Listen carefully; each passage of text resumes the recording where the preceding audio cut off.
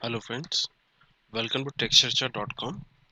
मेरा नाम है सी एस सौरभ कुल्लर और आज हम बात करेंगे सोल प्रोप्राइटरशिप के बारे में कि सोल प्रोप्राइटरशिप क्या होती है, क्या उसके फीचर्स होते हैं, उसका रजिस्ट्रेशन कैसा होता है, क्या उसके एडवांटेजेस हैं और क्या उसके डिसएडवांटेजेस हैं। तो आइए वीडियो को शुरू करते हैं। सबसे पहले हम देखेंगे इसके फीचर्स। सबसे पहले तो ये है कि ये इजी टू कमेंस है, यानी कि इसको शुरू करना सबसे आसान है। जैसे कि हम जानते हैं कि किसी भी बिजनेस के बहुत सारे फॉर्म्स होते हैं, यानी कि प्रोप्राइटरशिप भी हो सकता है, पार्टनरशिप भी हो सकता है, एलएलपी भी हो सकती है, कोऑपरेटिव सोसाइटी भी हो सकती है, ट्रस्ट भी हो सकता है, वन पर्सन कंपनी भी हो सकती है, प्राइवेट लिमिटेड कंपनी भी हो सकती है एंड आपका पब्लिक लिमिटेड कंपनी भी हो सकती है। तो इन सब फॉर्म्स में सबसे इजी है आपकी सोल प्रोप्राइटरशिप। इसमें आपका जो पैन होता है वो जो आपका इंडिविजुअल है, यानी कि जो प्रोप्राइटर है, उनका पैन सेम होता है, कोई अलग नहीं होता है। यानी कि फॉर एग्जांपल, जैसे मिस्टर नरेश शर्मा ने अपना कोई बिजनेस खोला, XYZ company, trading company XYZ खोली, तो एक्सवाइजेड ट्रेडिंग कंपनी का और नरेश शर्मा जी का पैन नंबर बिल्कुल सेम होगा, एग्जैक्ट होगा।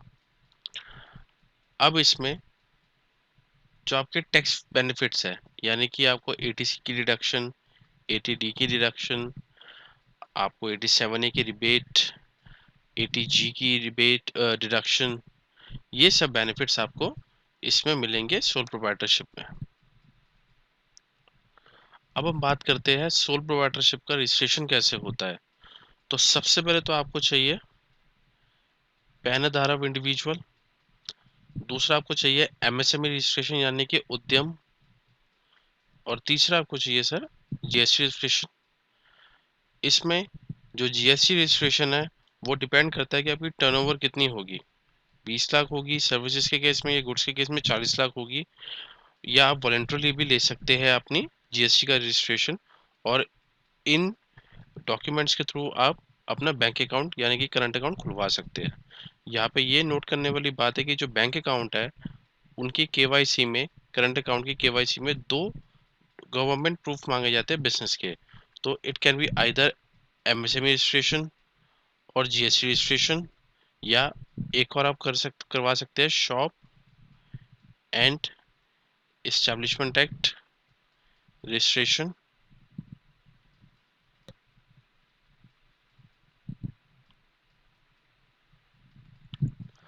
और इसके अलावा आप इंपोर्ट एक्सपोर्ट कोड भी ले सकते हैं, जो कि आपके डॉक्यूमेंटेशन में केवाईसी के लिए, बैंक अकाउंट की केवाईसी के लिए मान्य डॉक्यूमेंट है for opening the current account. अब हम जानते हैं कि सोल प्रोप्राइटरशिप के बेनिफिट्स क्या है। तो सबसे पहले तो बेनिफिट है सर आपका ये सिंगल डिसीजन मेकिंग, यानी कि डिसीजन मेकिंग इंस्टेंट होगी, कोई उसमें डिस्टर्बेंस नहीं होगी, और जो प्रोप्राइटर है खुद ही डिसीजन लेगा बिजनेस का। दूसरा है टैक्स बेनिफिट, जैसे कि हमने डिस्कस किया कि आपको स्लैब वाइज आपको मिलेगा रिबेट इसमें, यानी कि अगर आपकी 5 लाख से कम है तो आपको कोई टैक्स देने की जरूरत नहीं है, क्योंकि 87A का रिबेट मिल जाएगा।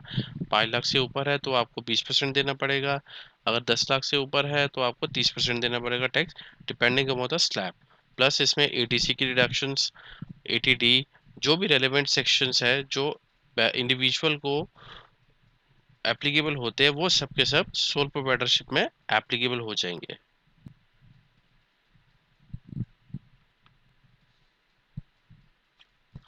तीसरा आपका है फुल कंट्रोल ओवर बिजनेस, यानी कि सोल प्रोप्राइटर का अपने बिजनेस पे पूरा कंट्रोल होता है। वो कोई भी डिसीजन ले सकता है, कभी भी डिसीजन ले सकता है, और उसको पूरा कंट्रोल है अपने बिजनेस के ऊपर करने का, वो कैसे भी उसको बिजनेस को चला सकता है। अब जैसे कि किसी भी चीज़ के अगर एडवांटेजेस होते हैं, कुछ डिसएडवांटेजेस भी होते हैं, तो ये सिमिलरली सोल प्रोप्राइटरशिप में भी है। सबसे पहले डिसएडवांटेजेस का लिमिटेड कैपिटल। एक इंडिविजुअल होता है वो अनलिमिटेड कैपिटल सोर्स नहीं होता, उसके पास एक लिमिटेड कैपिटल सोर्स होता है, उसी में वो प्रॉफिट कमाता है, कुछ ड्राइंग्स करता है अपने घर खर्चे के लिए, और कुछ अपना बिजनेस में री इन्वेस्ट करता है। तो हम ये नहीं कह सकते कि एक इंडिविजुअल अगर बिजनेस शुरू कर रहा था वो 100 करोड़ 200 करोड़ या ऐसे बिजनेस को लेकर आएगा, वो एक लिमिटेड कैपिटल लेकर आएगा। It could be in lakhs, it could be on initial CRs. इससे ज़्यादा वो इंडिविजुअल कैपिटल को नहीं इन्फ्यूज कर सकता अपने बिजनेस में। दूसरा होता है sir, unable to attract the investors. हम ये जानते हैं कि जो इन्वेस्टर्स होते हैं, जो स्टार्टअप्स में इन्वेस्ट करते हैं, चाहे वो वेंचर कैपिटलिस्ट है, चाहे वो सीडिंग करते हैं या बूटस्ट्रैपिंग करते हैं, कुछ भी करते हैं, वो एक इंडिविजुअल के बिजनेस में कभी इन्वेस्ट नहीं करेंगे। क्योंकि पहली बात तो ये, उनको डिसीजन मेकिंग शेयरिंग नहीं होगी, प्लस उनको ओनरशिप नहीं मिलेगी उसमें। तो इस केस में इन्वेस्टर्स नहीं प्रेफर करते कि सोल प्रोप्राइटरशिप को फंडिंग किया जाए। तीसरा होता है आपका डिसएडवांटेज, अनलिमिटेड लायबिलिटी। अब अनलिमिटेड लायबिलिटी मतलब, तो अगर लॉस हुआ बिजनेस को, तो सारा का सारा सोल प्रोप्राइटर ही उठाएगा उस बिजनेस लॉस को, कोई और बियर नहीं करेगा। जैसे प्राइवेट लिमिटेड कंपनी में हो गया कि जो डायरेक्टर है, up to the extent of the their share capital, या अप टू द एक्सटेंट, या पार्टनरशिप फर्म में up to the extent of their, sorry LLP में up to the extent of their capital या profit sharing ratio ही loss bear करेंगे। लेकिन यहाँ पे 100% लॉस होगा प्रोप्राइटर का। तो ये थे हमारे डिसएडवांटेजेस सोल प्रोप्राइटरशिप के, जो हमने अभी डिस्कस किए। उम्मीद करता हूँ आपको हमारी वीडियो पसंद आई होगी। हमारी वीडियोस को लाइक एंड शेयर करें और हमारे चैनल को सब्सक्राइब करें, ताकि हम ज़्यादा से ज़्यादा इन्फॉर्मेशन आपके पास प्रोवाइड कर सकें। Thank you very much.